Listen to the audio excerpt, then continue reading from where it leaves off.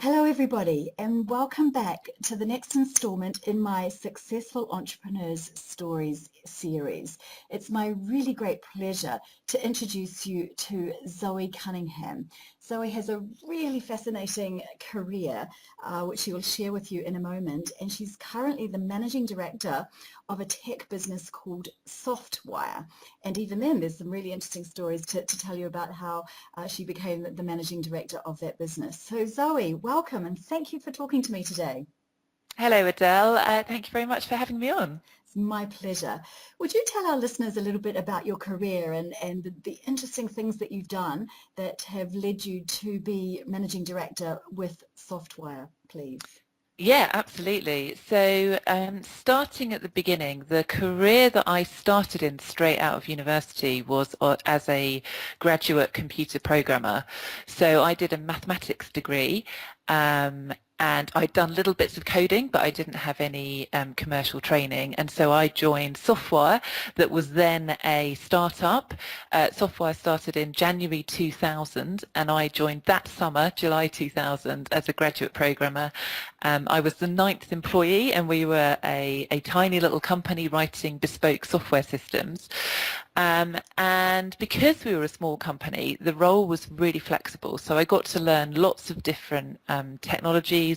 I worked with C++ and Java, and then as new languages were introduced, such as .NET, I then worked with that, and obviously HTML and JavaScript and all of those kind of things.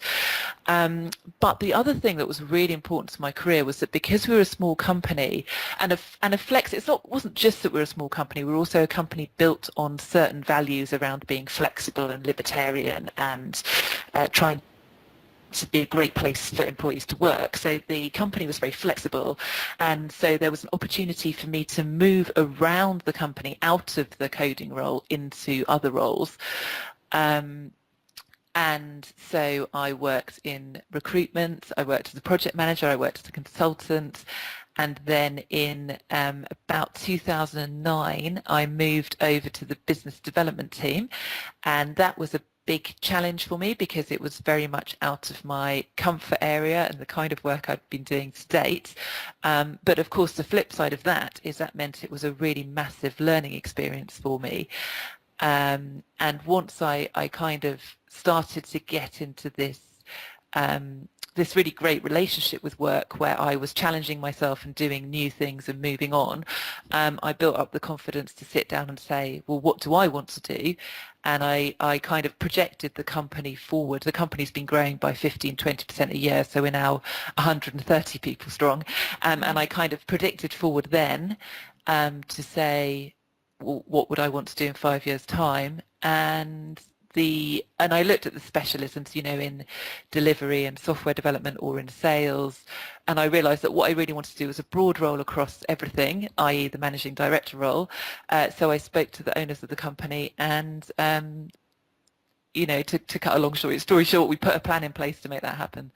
And that's amazing because you're not a founder of the business. There are 3 founders, Dan, Pete and Phil, and they're working in the business. One is HR director, one is financial director, and one is a systems IT director, and yet they welcomed you coming over the top, if you like, as managing director. So how's that worked out? Yes, in some ways it's quite unusual, but in other ways, I think for small businesses, they're usually more flexible than larger businesses. So you get the best results in small businesses by looking at what individuals can do and then creating the right opportunities for those individuals. And that's certainly how Softwire had been running up to the point when I was managing director. So I think the reason that they were open to this idea, like they didn't kind of just go, oh yeah, okay, great, you can do that. We worked through it. We worked through various personal development things that I needed to work on, and various things around how the company would work. But the reason they were open to even discussing it is that because of my career through working in lots of different parts of the company, I had built up skills and areas of interest that weren't really their areas that they'd worked in. So particularly on the business development side, that wasn't really an area that any of them particularly wanted to work in. So I was bringing in those skills, and then it just seemed to make sense looking at the people that we had. Yes. I'm fascinated by the fact that as well as the work you've done within Softwire, you've also fitted in being a BBC reporter, a backgammon event organizer, a radio producer and presenter, among other things. So how have those extra experiences contributed to your success and ability in entrepreneurship? I think that's a great question, and I think it's definitely kind of gone both ways. I think as I've learned more at Softwire and more in my day job, particularly around management and project management, which I like to describe project management as basically learning how to impose your will on the world and make things happen the way you want them to happen. That makes it a fantastic skill for then looking at things you want to achieve in life and going, well, what are the steps that I need to do in order to make this thing happen, and learning how to break things down and then achieve various different things. So a lot of the things that I've done have been accidental or opportunities that have come up, like being involved with backgammon. But then I've also, based on my career experience, learnt to look ahead and say, well, what do I want to achieve? So actually a lot of the presenting steps that I took, including the opportunities that I got with the BBC, came about because I thought, well, what do I enjoy doing and what would I like to do more of?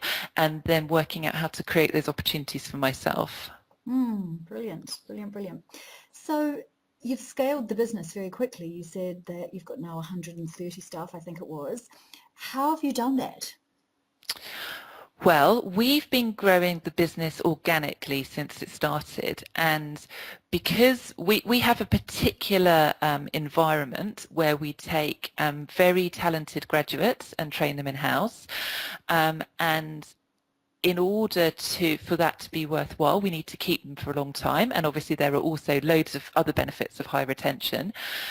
So in order to help with that, we want to be a great place to work, which again is something that's good to have anyway. But one of the things that you need in order to retain people is a career path. So you can create a software company of 10 people and run it as a software company of 10 people for all time. You know, there are lots of businesses that run like that, and they're great businesses and people enjoy working there. But for us, it was really important for people to have that career path. So we needed to keep growing the business in order for there to keep being new challenges for the people within it. And there are other benefits, like, you know, getting new people in brings new ideas and new ways of doing things. So we've been growing the company steadily at about 15-20% a year, and essentially that's organic growth. So that's the number of people that we can add on essentially in entry-level roles at the company that we then start training and who stay with us and then move into more senior roles as they develop the skills. So in doing that, you must be increasing your turnover to be profitable, to afford this. So what is standing you apart from your competitors in the industry such that you are growing at 15-20% a year? That's a very interesting question. The first thing is that we're in an expanding market. So obviously we're doing very well as a business, but lots of companies in the area that we're in are doing very well as a business, and in fact often demand for the kind of services that we supply is outstripping the supply of them, because software development is such a growth area and is, you know, needed by all businesses really. So we're in a great area. But the reason that we're successful within that area is that we really focus on getting the best possible people. And I think that sometimes people think of software development as a bit mechanistic and a bit about getting a certain number of engineers in and setting them going, and they churn through this engineering and then it's done at the end. And actually software development is much closer to being a creative or artistic endeavour than a mechanistic one. So you actually get a lot better results by using the very best software developers than by using more less talented software developers. So that's really where we've positioned ourselves in the market. Right, I see. What about financial management and systems and processes within your business? Are you like many other tech businesses where cash flow is tight? Well, Pete Kenny, the founder who's the finance director, is extremely good at managing the finances and has done so since we were small. And cash flow is one of his top priorities. So, you know, cash flow management doesn't happen on its own, but we certainly don't experience issues because of cash flow because it has been very well managed from the start. And as we make a profit and we make revenue, those are retained within the business in order to, and every year, because we're growing, we need to retain more cash to essentially secure the business against having cash flow issues. Fund the growth. Yeah. And do you notice in your industry that there are some players that don't pay enough attention to the financial management side of their business and struggle on the back of that? Yes, sadly so. And I think it's often about your risk, the amount of risk you're prepared to take. And I think a lot of people take risks with cash flow, and unfortunately, you know, sometimes that pays off and you're okay, but sometimes it doesn't pay off and then your whole business will go under. So it's quite a serious area to be taking risks in. And I think that actually of all the areas where being risk averse is probably a good one, I think managing cash flow is right up there as one of the top ones. Oh, I totally agree. Regardless of the industry you're in, Yeah. actually. Yes, it's the thing that causes businesses to fail over and over again. What are the strategic goals for your business over, say, the next 2 years? Well, our goals are to continue growing by 15-20% a year. We're continuing to sell excellent, you know, develop and deliver excellent bespoke software. And as we grow, one thing that we found, so essentially we, as a business, we prefer to react to changes and make decisions based on that than to try and preempt changes, because I think that's actually a very difficult game to play. So rather than saying when we get to 100 people we will do this, when we get to 200 people we will do this, instead we look at how things are working within the business and we look at what changes we think we can make. So at the size we are now, one of the differences between being this size and being a company of, say, 20 people is that there is more scope for doing a greater variety of work. So we've just expanded out from doing just pure technical work to also doing design and UX work. We're also looking at training other people, so using the training skills that we use internally and helping other organisations with that. And finally, we're looking at whether there are any particular pieces of software that we could take to more people. And the benefits to us of doing that now are that by moving into these different areas, we open up more different roles that people could work within the company. So for me, it's something that's very important to help with staff retention, that as we get bigger we can offer more things to our employees, and so it's good to try it. I guess what you're saying is that you are understanding the evolving needs of your clients and responding to them with additional products and services that you can offer, and I guess that's in fact funding your growth or contributing to your growth. Absolutely. And I suppose the difference that I see, having been with the company so long and from when it's very small, is that had we tried to do that as a very small company, I don't think it would have been successful because we wouldn't have been able to put enough resource into to properly develop the different areas. So for us, it's an opportunity that's become available to us now and that we're taking advantage of.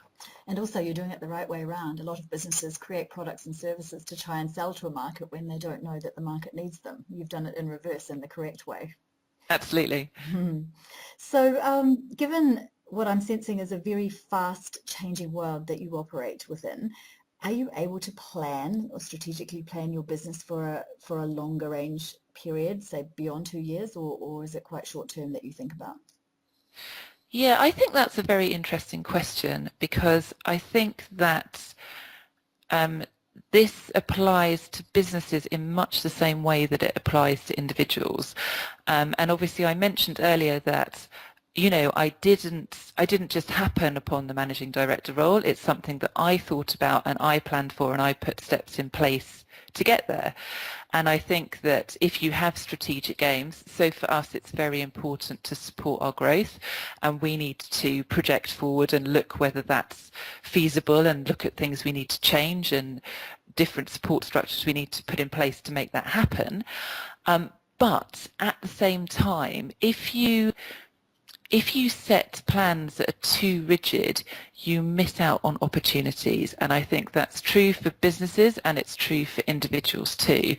So I think that you need to plan and you need to think ahead about what could happen and where you would like to be. But then you need to also be able to react and be responsive to make sure that you are taking advantage of the things that arise that you couldn't have predicted. Totally agree. Do the founders have an exit strategy for the business? Another great question, because one of the things that's quite unusual about Softwire is that the founders don't have an exit strategy, or more explicitly, they have a non-exit strategy. So because of the business model and the way it all ties together between recruiting graduates, training, retention, and being a great place to work, the founders focused very much when they created Softwire on creating the type of company that they wanted to work for.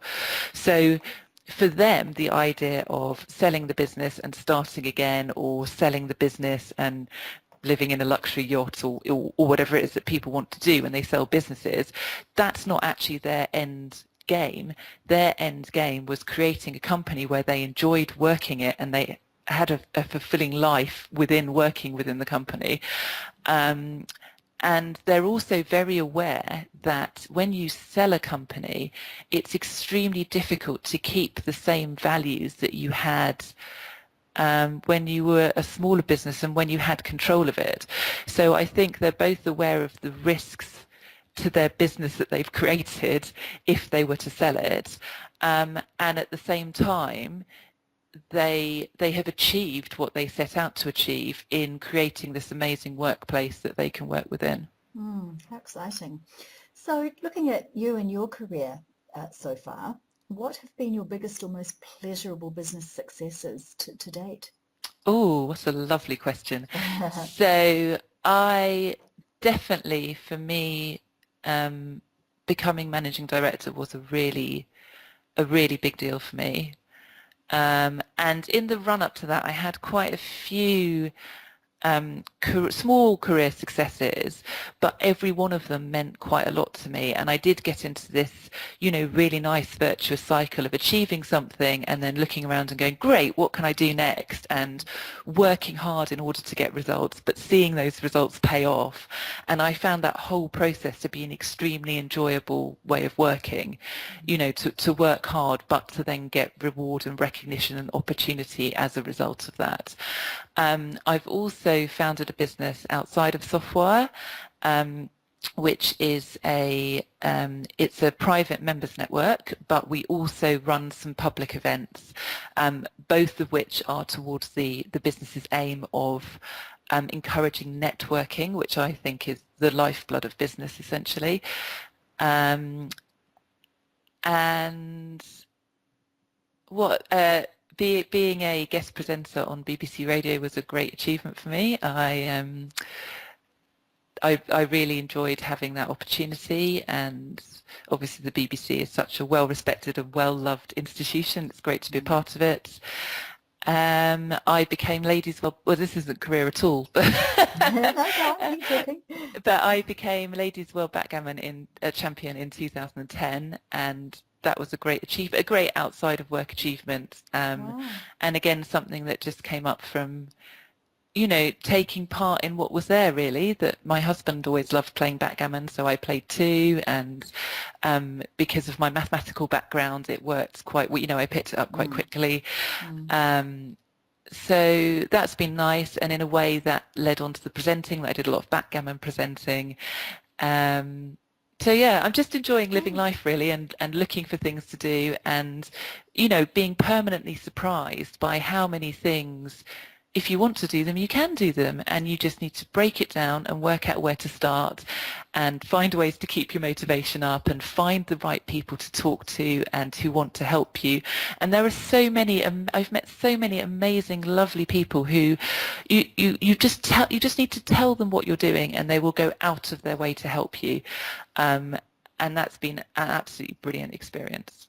So that's a nice segue into my next question, actually. Have you had any coaches or mentors in a structured way who have supported you in the development and in your career and the successes you've had so far? I think that I'm going to answer that question quite generally, because I think that you can get a lot of help for people that aren't formally mentors in that kind of way.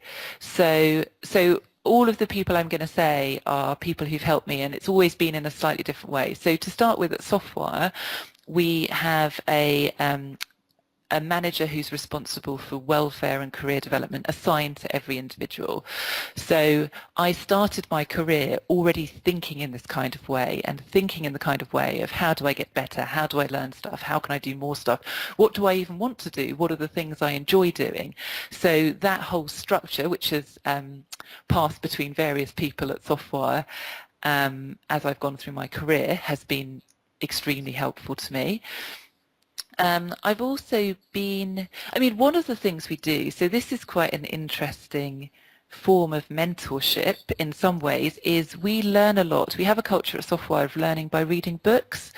And I think sometimes people underestimate how much you can learn from reading a book, and how convenient it can be to read a book, because you can do it to your own schedule and at your own speed. And there's a really great book called How to Lead, written by a gentleman called Joe Owen, and that's been a great book for me to read. And I actually met up with Joe, and he's a great individual who's got loads of great ideas about leadership. But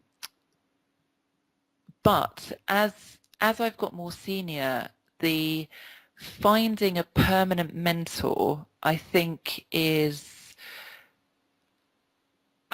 can be quite challenging. And I've spoken to lots, like I say, lots and lots of people have helped me with ideas and advice, and just having a chat to help get my head in the right place. You know, all of those things have been very helpful.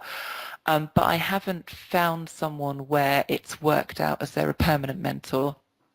Yeah, but you've got a variety, and that suits what you need, which is fantastic. Yeah, exactly. So based on your experience, if you had, say, 3 pieces of advice that you wanted to give a person who is growing a small business, regardless of the industry, what would you give as those items of advice? So I think first piece of advice, I think the advice I want to give is almost conflicting with each other, because I think lots of things in life are about balance, and you have to pull one way and pull another way that seems opposite, and kind of find this third way between the two. So my first piece of advice is you can't forget about the numbers. So that's both numbers in terms of whether what you're selling is getting you more money than what you're paying to buy it, and also cash flow, as you brought up earlier, and also, you know, future projections and whether the market is growing, and those kind of numbers. So I think that all of that is very, very important for your business, and the more you can learn about that and be on top of that, or have other people within your business who are, the more successful your business will be.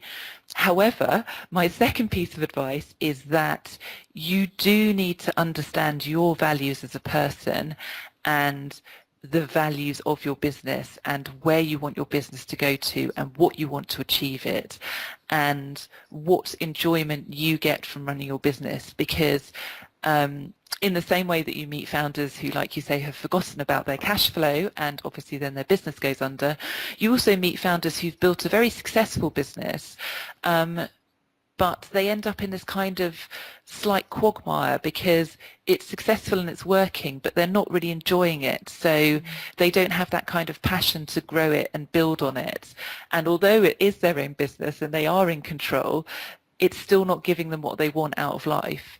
So I think that it's finding the path between what you want to do and what you're passionate about and what makes commercial sense for a business.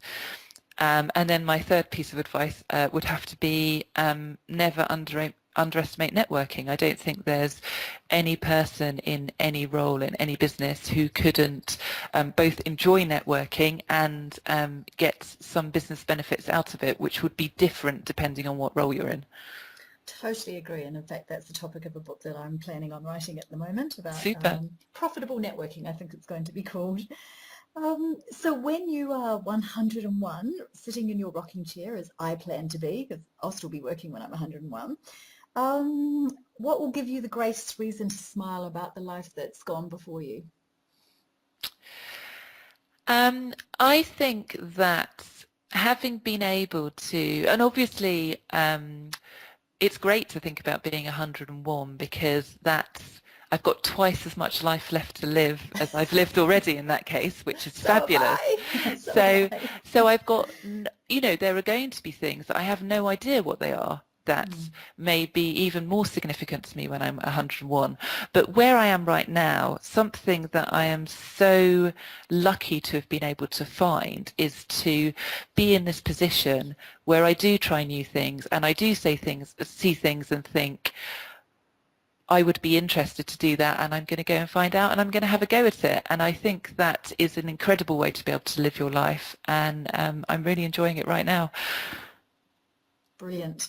Zoe, thank you so much. It's been fascinating talking to you and getting to know you as I am doing. I love your story, and I look forward to hearing of all the other things that you're going to be doing for the second half of your life as you head up to 101. In fact, I think we'll be heading there together because I think we're probably about the same age. Amazing. See you there. Yes, indeed. Well, I'll see you on the journey even.